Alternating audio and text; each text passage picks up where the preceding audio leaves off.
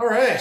Well, thank you everyone for being with us today. My name is Chris Steinkamp, and I am the Advocacy Director at Snowsports Industries America, SIA.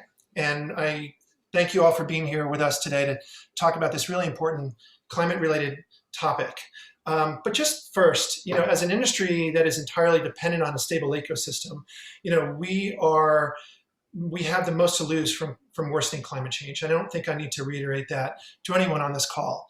And today we're talking with our friends at Citizens Climate Lobby, an organization that I have known and respected for years for their grassroots organizing capability, but also their singular focus that they have on carbon pricing and the impact that they've been able to make in Washington, leading a bipartisan conversation about placing a price on carbon. So putting a price on carbon is a focus of ours. It's outlined in SIA's climate policy agenda because of its ability to quickly deliver and drive a reduction in carbon emissions, using the market to stimulate and drive that change. And we've been to Washington more than twice to lobby for a price on carbon over the last few years. And I can tell you that everybody that we spoke with, both Republicans and Democrats, really understand the concept and they see it as a viable solution, thanks in part to the work of Citizens Climate Lobby. And really, so the goal of today's discussion is to give you all an overview of what carbon pricing is, and see why we're supporting it, as well as other organizations like NSAA, who supports this as well, but also why businesses in our industry should consider supporting putting a price on carbon as well. So the latest climate science says that we have until 2050 at the very, very latest to eliminate our carbon emissions 100% and stay below that 1.5 degrees centigrade warming limit. And really, as great as the Paris Climate Agreement is, and as historic and bold that it really is, it's showing, new studies are showing that the pledges from the governments that are existing right now just aren't enough. And they're putting us on track for almost a 3 degrees centigrade warming by 2100. So that, as great as the Paris Climate Agreement is, it's not going to quite get us there as it stands right now. And we know that not one single solution is going to get us across the emissions goal line. It has to be a mix of new technologies and strong government policies. So the politics in Washington are set up right now, and it's the perfect dynamic for this potential bipartisan conversation and solutions to really address climate change. In a closely divided Congress that we have right now, the only hope really for meaningful climate legislation is bipartisan legislation. And really, aside from the urgency that we all feel to solve climate change, the winter outdoors, the outdoors is truly a bipartisan idea. We all love clean air and clean water. So the outdoor industry really is perfectly positioned to lead this bipartisan conversation. And, I couldn't feel more proud to be part of this industry right now because we have this opportunity to really be a force for driving progress on climate change. So why don't I get into introducing our speakers right now, and then we can get into the questions. So our first introduction that I'd like to make is Chris Valiante. He's a friend of mine. He's an SIA member. He's been part of this conversation with us for a long time. And he's the founding member of the leading telemark binding company, 22 Designs. He founded it 17 years ago. It's based in Teton Valley, Idaho. And Chris has been a volunteer for Citizens Climate Lobby for over 4 years. Jerry Hinckle, who you'll meet in a second, has served on CCL's governing board for the last 4 years and as their staff economic research coordinator for the last 3. He has given public presentations on climate change since 2001, has been lobbying Congress for market-based climate solutions since 2006, and has been a leader with his Citizens Climate Lobby since 2011. He holds an MA degree in both economics and in climate policy and has published several articles in these areas. And finally, Matt Tucker. Matt co-leads Citizens Climate Lobby's Outdoor Industry Action Team and is CCL's liaison to the California ski industry. So before we get into the questions, why don't I just open it up to some opening remarks? Chris, do you want to kick it off? Sure. Chris, first of all, thanks for hosting this today and also for SIA's work with Climate United and with climate advocacy in particular. As you said, I've been in the industry for 17 years now, and businesses like ours and so many SIA members that rely completely on snow and snow sports for our businesses to grow. And for businesses like ours, this is an important issue. I also have two daughters who ski. Even if they didn't ski, it's when you start thinking about future generations, you realize what an important issue it is. And so I've always followed climate science and policy closely and realized that a price on carbon is critical for the future. We've used our business to advocate where we can. And I joined CCL, as you said, 4 years ago, and 22 Designs endorsed the Energy Innovation Carbon Dividend Act. And we've been lucky enough to meet with congressmen and lobby for the legislation as well. Great, thanks, Chris. Jerry, you're next. Hey, thanks, Chris. Yeah, economists strongly favor a carbon price over regulations for reducing emissions because it costs less to generate the reductions. So it's a lot better for the economy. With regulations, the government largely mandates how to reduce emissions, whereas with a carbon price, polluting becomes more expensive. So all businesses, all consumers, and all innovators are able to find the least cost way to reduce emissions. This flexibility to find the cheapest way to reduce saves the American family about $100 a month. And that leaves a lot more money for outdoor recreation, which is a good thing. And if all the money raised goes right back into the customer's pockets, it's actually good for the economy, good for business, while helping stabilize climate risk, generating roughly $1 trillion in net benefits to the US every year. That's a lot of money. So this is why the largest economist statement in history, over 3,500 economists, including Alan Greenspan, Ben Bernanke, Janet Yellen, 27 Nobel Prize winners, all support a bill like the Energy Innovation Act, what's called carbon fee and dividend. You make polluting expensive, you provide all the funds back to customers. Also, and this is important to us, a carbon price is more likely to garner Republican support. We want to pass a bill with bipartisan support so that we can turn to the rest of the world, who's responsible for the other 85% of global emissions, 6/7, most of it. We want to look to them and show them that the US is in this fight for the long haul. And if a package is passed with bipartisan support, that's the ticket.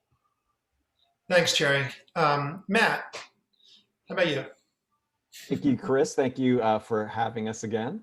So yeah, I just wanted to give a little background on the sort of the current political climate. So back in 2020, before the election, there was a lot of talk on the part of many professionals and activists that work in the world of climate policy and advocacy about a big blue wave in November that would enable, if not the Green New Deal, then some type of something approximating it.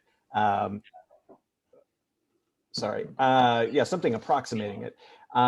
So it didn't happen. So no blue wave. So in essence, we're back to where we were before Trump took office.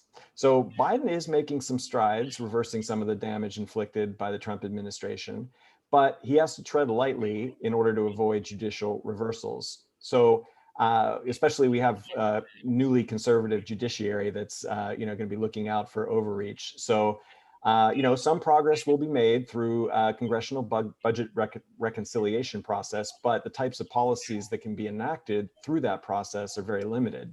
So, if we try too hard to shoehorn stuff into budget reconciliation, again, we're going to get reversed in the courts.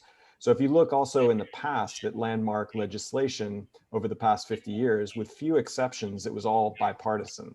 So that's why our organization, Citizens Climate Lobby, believes that the best path forward for serious, durable climate legislation is through bipartisanship.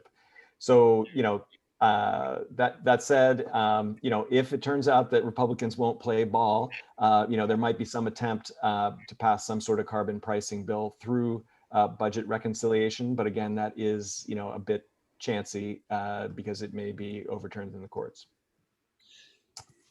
Thanks, Matt. While you're at it, I just wanted to ask you, really before we get into the questions, can you give us a quick overview of Citizens Climate Lobby? Who you are, and more specifically what you're doing in terms of carbon pricing. I would be happy to, Chris. So Citizens Climate Lobby was founded in 2007 by Marshall Saunders.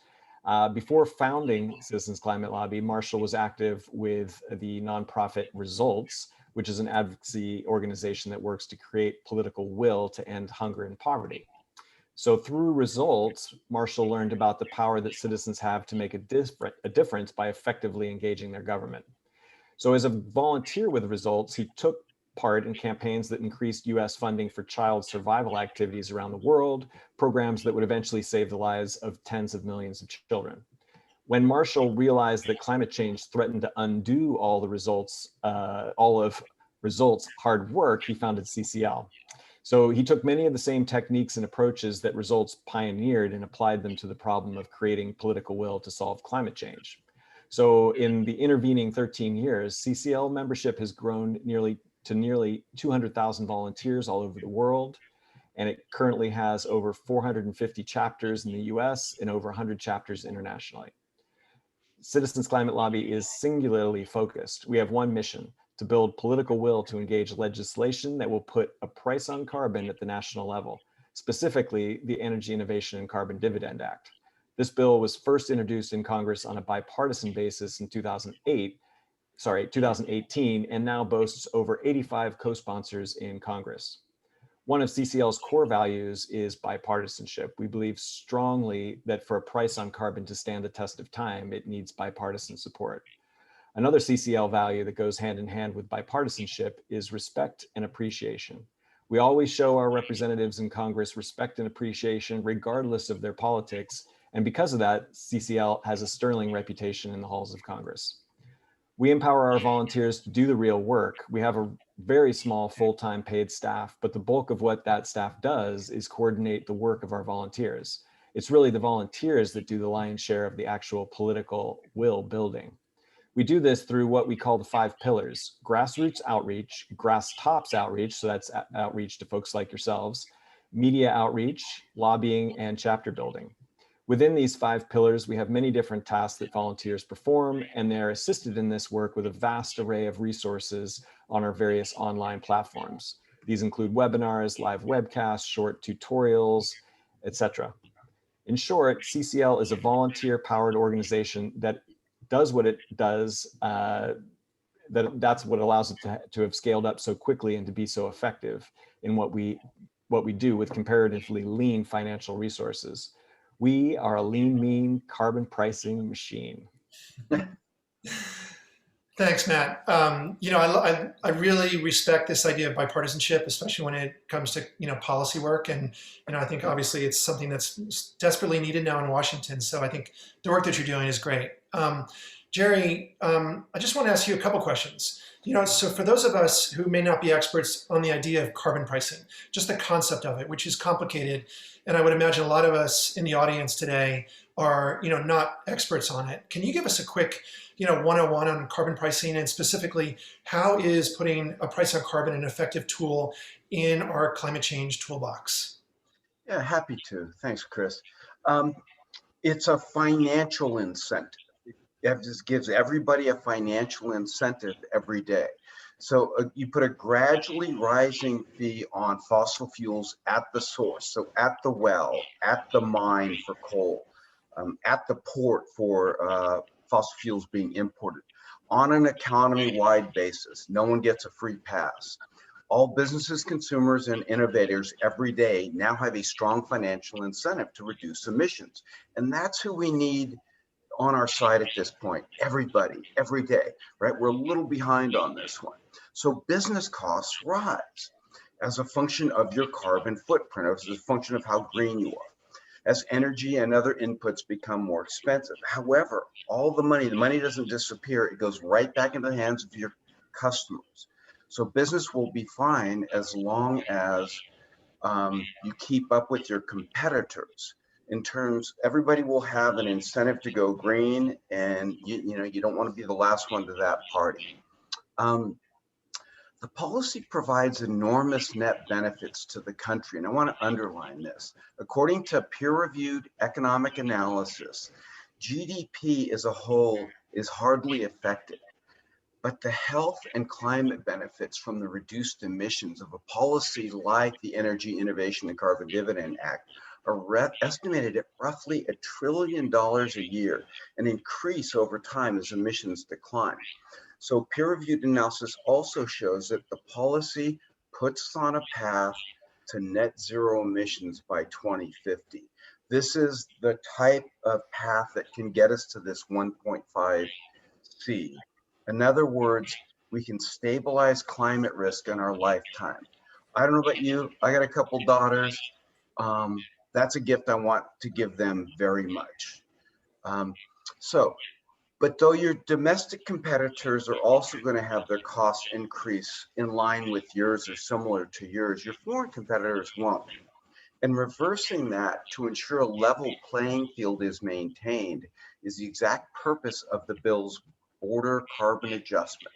So what's happening here, the BCA as it's called, would put a tariff on goods coming into the country from countries that don't have an equivalent carbon price. So the increased cost of production puts you at a disadvantage, but not with your domestic competitors, because they're subject to the same carbon fee, and not with respect to your foreign competitors, because they're going to get hit with the border fee. Same thing with exports. You'd get a tax rebate for goods that you want to send to other countries, and so that your capacity to export is not diminished at all. U.S. manufacturers are going to be fine. This also encourages U.S. manufacturers from leaving the country to chase lower taxes. So you can't run off to a country that doesn't have the tax. It also encourages other countries to adopt an equivalent carbon price, which we think is critically important, because again, they're 6/7 of global emissions. So note, this BCA doesn't impact everybody, just a small set of what are defined as energy intensive and trade exposed firms, the folks for which the carbon tax is going to impact most significantly. Awesome. Well, Jerry, our audience consists of representatives of retailers and manufacturers in the winter outdoor industry, small and mid-sized operations to multinational corporations with supply chains that stretch all over the world. So, I think you just touched on it, but can you illuminate, for everybody on the webinar today about how putting a price on carbon might affect their bottom line? Yes, yeah. Your business is going to be just fine. So in terms of the impact of profits, let's look at 2 time frames: the first year, the near term, and the longer term. So in the first year, the price starts out quite low. The carbon price will be $15 a ton, and that's only about 14 cents per gallon of gas, for example. Primary industries affected will be energy providers and other really carbon intensive firms, such as steel, cement, chemicals. These generally are not you folks. A steady movement will begin towards renewables, towards energy efficiency, and substitutes for carbon intensive products. Okay, that will begin at that point. If your business is not carbon intensive, like the majority of you folks, the impact's going to be minimal initially. So we did a survey of a set of technology firms in a similar boat, and it shows that their costs rose less than 1%. And that's offset by, again, this money goes to your customers, they've got more money to spend. Longer term is a little bit more dynamic. It's kind of up to you. Carbon price is going to get higher. So for example, in year 10, the gas tax would be about $1 a gallon, much more significant. Your customers are traveling to their winter recreation destinations in electric vehicles, which is a good thing. They definitely have more money to spend, but likewise, there is a race between you and your competitors to reduce this fee, to reduce your carbon footprint in your supply line, in your products. Now, you're going to be helped because a carbon price significantly increases the return to innovation in low carbon technologies. So you're going to have much more in the way of low carbon technologies, and make it easier for you to go green. So how will you fare? You're gonna be absolutely fine. You're not generally carbon intensive, but you don't want to lose the race to go green. That would be my only caution on that front. Stay on your toes. Thanks, Jerry. That makes sense. So, Chris, given that many businesses in our industry are measuring their emissions and making plans to reduce and offset them right now, can you describe how putting a price on carbon at the source would affect companies like yours? Sure, yeah. So putting a price on carbon at the source allows that price to just filter through the entire economy, so that the carbon is in effect embedded in the price of the product and its components. And so many businesses will still want to quantify their emissions if they'll want to claim, say a carbon neutral product, or simply to reduce their costs. But as Jerry just said, businesses in our industry really aren't that carbon intense. And so we'll see our costs go up very little. But the important aspect is that it will then be a level playing field with this price on carbon. Companies who've done the work and have looked at their emissions and reduced them and their carbon intensity will see their costs go up very little. And others who aren't mindful of that will pay their fair share and will increasingly see price signals pushing them toward cleaner production. Awesome. It is really interesting, and I think it makes so much sense. And you've seen it in other sectors as well. But just having the market kind of help incentivize companies to be greener and do better, really does work. And it's just really interesting to see how this concept could be applied to climate change and carbon emissions.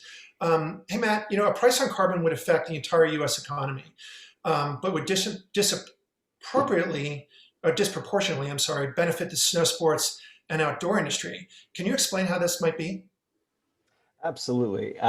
So when it comes to the effects of climate change on corporate America, really the snow sports industry and the wider outdoor industry is kind of the canary in the coal mine. So those of you in the snow sports industry have already observed, for instance, rising snow levels, decreased snowpack, but all outdoor sports have already seen some effects. For instance, the wildfires out west in the last few summers have obviously been detrimental to your customers who want to actually do their recreational activities outdoors. And more destructive storms all throughout the U.S. have had detrimental effects on your customers' abilities to pursue their outdoor endeavors. So, eventually, if left unchecked, climate change will affect all these industries, but, all industries in the US, but, in the immediate future, the snow sports and outdoor industries will bear the brunt. So, what if we put a price on carbon? All industries in the US will be affected. As Jerry has mentioned, really, the outdoor industry is not a particularly carbon intensive industry. So, you're not even going to see the worst of, the price increases. But, the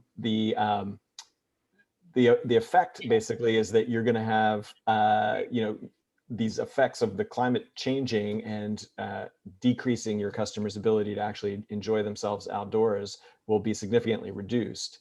And putting a price on carbon will actually affect the outdoor industry less than some other industries in our country. So really, you could think of it as a double whammy. The Energy Innovation and Carbon Dividend Act will reduce carbon pollution by 45% in 12 years, and that will vastly reduce your risk to your business posed by climate change, and it'll put money in the pockets of your consumers. Awesome. Yeah, we really are on the front lines of climate change, and there's no doubt about it. I mean, we've been seeing the impacts of climate change for years, and so thanks for that explanation. That made a lot of sense. So, Chris, many companies like let's just rewind a little bit in terms of measuring our carbon emissions. So, many companies like 22 Designs, led by environmental-minded thinkers like yourself, have been working to perform comprehensive inventories of all the carbon that goes into manufacturing your products. The theory is, obviously, that you need to determine where the carbon is, where it's being emitted in your supply chain before you can start to reduce it. But this process can be really complex, given the complexity of global supply chains. Can you give us a flavor for what 22 Designs has gone through in this process? Because it is complex and probably intimidating for a lot of companies, especially the smaller ones that don't have sustainability people in that position. Sure. Yeah, and so businesses' carbon emissions can be divided into what are called 3 scopes. The first scope is fuels burned on site for heating and other purposes, as well as fuels for vehicles. The second scope is electricity that you consume. And the third scope is all of your purchases, also known as value chain emissions, which includes shipping and everything along those lines. And so for us, measuring our own in-house emissions, scope both 1 and 2, was really quite straightforward. And we've been able to do that as well as to offset our use of fuels and to source clean electricity.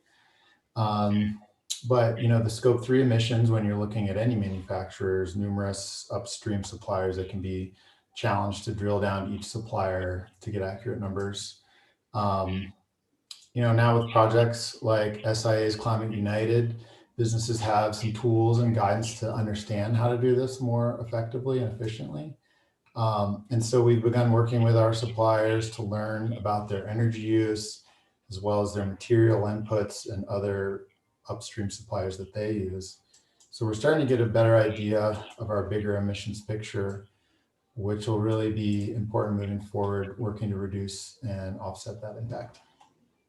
Thanks, Chris. And yeah, I mean, especially the scope 3 for, some larger suppliers must be really complex and complicated to try to figure that out. And, as Chris mentioned, Climate United is our platform to help our members really kind of untangle that web. And, a big part of that is figuring out your scope 3 and how we're going to help you not only measure it, but reduce it. So stay tuned for some tools and some help with that. So Matt, can you give us an overview of the legislation that CCL is working on right now? Absolutely. So it's the Energy Innovation and Carbon Dividend Act. So as Jerry had mentioned, it puts a price on carbon at the source, so the wellhead, the mine, or the crude oil terminal. Then the revenue that gets taken in will then be returned immediately to US households via a mechanism similar to that of a tax refund. So each adult would get a full share and each child would get a half share. So the price starts at $15 a ton of carbon emitted, and then it would go up $10 a ton each subsequent year. So carbon reductions will be actually measured on an annual basis. And if the target carbon reductions aren't met, the price per ton increment will be raised from $10 a ton to $15 a ton. So in that way, the policy actually allows the actual carbon emissions to control the price on carbon. So we actually have somewhat of a feedback mechanism going there. So this policy, as opposed to a straight gasoline tax, actually turns out to be a progressive tax. And that's because all households in effect get this equal shares, so regardless of your income. So folks actually in the lower 3 quintiles of income would actually break even or come out slightly ahead.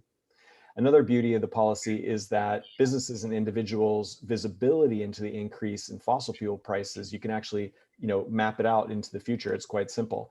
And this makes long-term planning much easier than the current situation, which is basically environmental regulations that get imposed, then removed, and then reimposed. So this is actually why the Business Roundtable and the US Chamber of Commerce, as well as many Fortune 500 companies, have actually come out in support of carbon pricing. In addition, a steadily rising price on carbon actually will spur research and development and deployment of new clean energy technology, such as long-term storage, alternatives to industrial heat sources, heavy transport, as well as concrete and steel production. In fact, you may have heard of Bill Gates's new book, How to Avoid a Climate Crisis, that he's currently out there promoting. And in it, basically the crux of the argument is that the most important thing that the US can do to solve the climate crisis is to lead in the research, development, and deployment of clean energy technology by quintupling our R&D outlays. Well, it turns out that actually putting a price on carbon would massively incentivize the private sector to invest in R&D in these technologies. Awesome. Thanks, Matt. And Chris, as the owner of a small equipment manufacturer, why do you find this approach to carbon pricing that the Energy Innovation and Carbon and Dividend Act is so appealing? What makes it so appealing? And how can businesses in the winter outdoor industry make an impact on climate change through this piece of legislation? Yeah, well, first, I like the fact that there's a steadily rising price that makes it actually effective in reducing emissions. I mean, that is the key. If we're going to endorse something, it needs to make a big difference in this enormous problem. Second of all, the dividend puts money in consumers' pockets, and so in our industry, we make consumer products, and that benefits us overall. In terms of what businesses can do, I think that advocacy is probably the most important lever that businesses have, especially when we can make a public commitment that's visible to our customers. I believe that reducing our own emissions is important, and we are acting on that. But we all know that the business community as a whole, until the business community as a whole takes action, we're not going to get the reductions we need. And when we've met with our congressmen, they've emphasized the importance of hearing from businesses on this issue. A strong majority of the public favors action on climate, but Congress knows that any policies will have large economic effects, and so they're looking to business for input on the issue. For a long time, all they heard from manufacturers and from U.S. Chamber of Commerce, from National Association of Manufacturers, and other large companies was, don't worry about climate change. We want to keep doing what we're doing. But things are starting to change. The U.S. Chamber of Commerce just recently came out calling for a market-based solution. So the tides are beginning to turn, but we need to make sure that we end up with a strong policy that gets us where we need to be, like the Energy Innovation Act.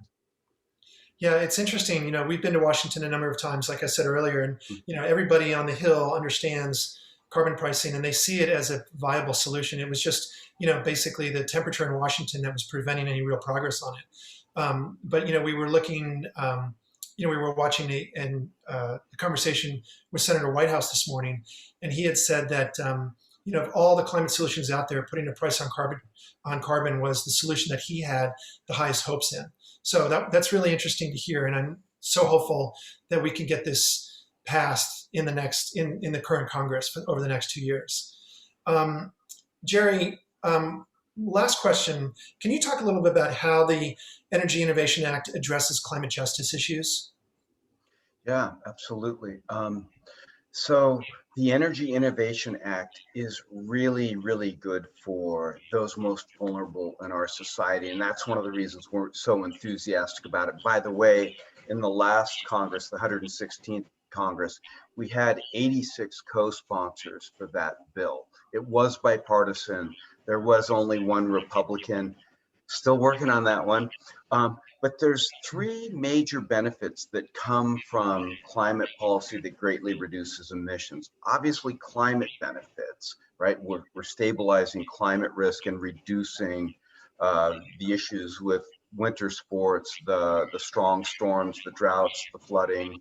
We're stabilizing that risk. There's also tremendous health benefits because in reducing greenhouse gases, you're greatly reducing air pollution that causes asthma, heart attacks, premature deaths.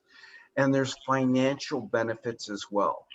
Well, the most vulnerable, the poor in society, and this is according to the peer-reviewed literature, receive a disproportionate amount of each of those benefits. So the climate benefits, they tend to be least able to adapt. They have insurance less frequently than middle class and wealthy people. On health benefits, they suffer the most from air pollution that would be greatly reduced. The health benefits of this policy are estimated at a whopping $700 billion a year. That's tremendous. So yeah, really valuable. And then financial benefits, and Matt had mentioned this, but what happens is a zero-sum game. You're making polluting more expensive, but you're generating a bunch of revenue, and you're going to pay fees based on your carbon footprint. Okay, then everybody receives an average dividend. You receive the same amount. Well, it turns out that your carbon footprint is embedded in what you buy, and poor people buy less. They just have less stuff. They have a lower carbon footprint on the whole. They receive a net benefit. They get a dividend here, they pay fees here. They come out ahead. 96% of the lowest quintile will come out ahead and come out ahead handsomely. So, we're really happy about that element of this bill. It is in fact good for. It will make the lives of the most vulnerable better. Great, thank you. Matt, why don't you wrap this last question up? How, the call to action, really, how can a company work with CCL to support your efforts to enact this important piece of legislation? Absolutely. So first and foremost, companies can endorse the Energy Innovation Carbon Dividend Act. So we actually take this list of endorsements on our visit to Congress, and it's actually quite powerful, especially if your business is in a particular member of Congress's district. And we actually have a very efficient way of divvying up these endorsements so that your congressman actually is aware of your endorsement. And then the larger the company, obviously, the more weight the endorsement carries. But we've happily collected endorsements from companies large and small, and endorsements from a lot of small companies are just as good as one or two from large ones. So companies also can join us when we visit Congress twice a year, and also when we visit members of Congress in their field offices. And this is actually during the pandemic. This has never been easier because we don't actually have to actually travel to Congress. We can do it virtually.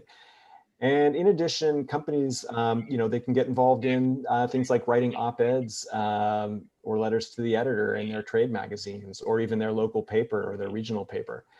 They can publicize the fact that they've endorsed the Energy Innovation Carbon Dividend Act on their website and on their social media. So the more of these actions that a company takes, the more political will be generated. Awesome. Thank you. So why don't we just, Matt, Jerry, Chris, do you have any final thoughts before we wrap it up? Chris, you want to? Sure. Sure. Yeah, I mean, I guess the last thing I would say is I would encourage everyone watching to reach out to either Matt or myself to consider having your business endorse CCL's legislation. You can also work with CCL to simply endorse carbon pricing generally. And also working with SIA or others to lobby our representatives in DC and our senators. It's vitally important on this issue. As I said, they need to know that business supports a price on carbon. Thanks. Thanks, Chris. Matt? Yeah, so I'm just going to say that this is, a unique time in history. And it just happens that there's this crazy coincidence of circumstances that's resulted in renewable energy being cheaper than fossil fuel energy, and electric cars having a lower cost of ownership than internal combustion engines, and electric heat pump technology being more efficient than natural gas-based appliances. So, significant challenges remain, but we have the technology that we need today to roughly decrease our carbon emissions by 75% without any additional research and development. So if we continue to decarbonize our economy starting now, we can actually get to net zero emissions by 2050, which is pretty much what the experts say we need to do in order to avert runaway climate change. So this is actually going to require many policy solutions, but experts do agree that the single most effective climate policy is to put a price on carbon. So if the better part of the outdoor industry was to coalesce around advocating for putting a price on carbon, it could actually be enough to tip the scales in favor of actually putting a price on carbon. So I would highly encourage you to either reach out to Chris or myself. You can also, if you're ready to go ahead and endorse, you can just go right to the energyinnovationact.org website and hit the endorse button. And I highly encourage you to do just that. Thanks. Jerry? Yeah. This body understands how critical this issue is. The Energy Innovation Act is one solution. It will get the United States to net zero emissions by 2050, according to the peer-reviewed literature. We can leave a more stable climate and a more stable world to our children. And boy, that's important. And it creates this $1 trillion in net benefits, health benefits and climate benefits annually, grow jobs and grow the economy. That's why it's overwhelmingly supported by economists from across the political spectrum. This is a true win-win. So please, whether it's with CCL or somebody else, put all the weight that you can behind supporting strong climate legislation in this Congress. Winter cannot wait. Thanks, Jerry. Thank you all for being here today. Jerry, Matt, Chris, that was, really enlightening, and hopefully for all of you who are with us today, the concept of carbon pricing is a little clearer, and you understand how powerful this concept is. Again, I'm really hopeful for what we can accomplish this year. We've got the technology, the pricing of energy is finally where we need it to be, and now we've got the legislation to get us across the goal line.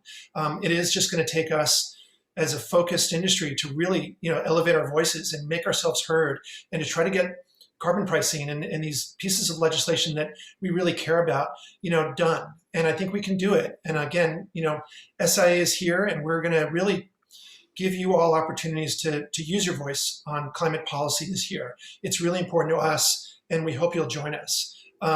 So again, thank you all again for being here. And thank you to Matt, Chris, and Jerry for helping us understand the concept and the nuances of carbon pricing, and how the Energy Innovation Act is one of the most powerful pieces of legislation that we have out there, and how, doing it in a bipartisan way is so, so important. But I urge you to support CCL in their efforts. And to learn more, please visit citizensclimatelobby.org, or feel free to email me, and I'll direct you to the right spot.